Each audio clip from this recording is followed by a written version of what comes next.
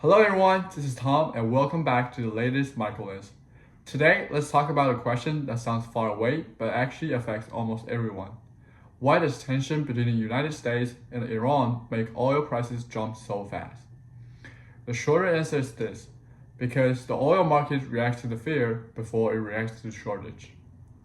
In late February, the US Treasury stepped up pressure on Iran's oil trade by targeting parts of Iran's so-called shadow fleet. Then, as tension and conflict in the region escalated, investors started asking a bigger question. What if oil from the Middle East can no longer move normally? That fear alone was enough to push prices sharply higher. By March 29th, Brent crude has climbed above $115 a barrel, while US crude was above $102. Now, the real issue is not just Iran itself. The bigger issue is where the oil travels. A huge amount of the world's oil moves through one narrow waterway called the Strait of Hormuz. According to the US Energy Information Administration, in the first half of 2025, about 20.9 million barrels of oil per day passed through that route. That is roughly 1/5 of global petroleum consumption. So when that package looks unsafe, the market does not wait around calmly, it immediately starts pricing in risk. And that brings us to the economic logic here.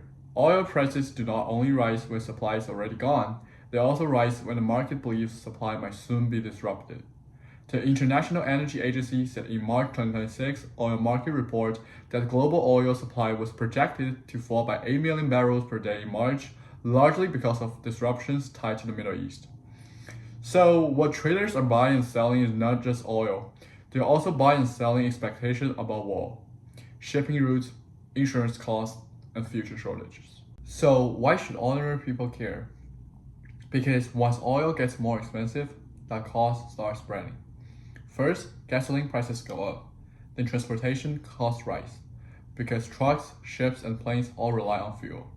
After that, higher energy costs can feed into prices of goods we use every day, from groceries to airline tickets to manufactured products. In other words, what begins as a geopolitical problem can slowly become an inflation problem. But this does not mean oil prices only go one way.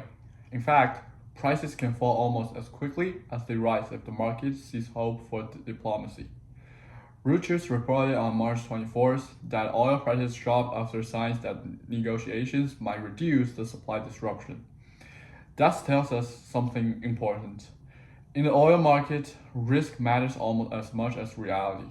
If tensions cool, prices can ease. If tensions worsen, prices can spike again. So here is the takeaway. When the US and Iran clash, the world does not just see a political conflict. It sees a threat to one of the most important energy routes on Earth. And when what happens, oil prices rise not because the world has already run out of the oil, but because the market is terrified that it might not get enough through tomorrow. And that is why a conflict in the Middle East can show up very quickly in something as ordinary as the number you see at a gas station. So the next time you see oil prices rise, remember, it's not just about supply and demand, it's about uncertainty. And in the global economy, uncertainty is often the most expensive commodity of all. That's all for today. This is Michael Lenz, and I will see you in the next video.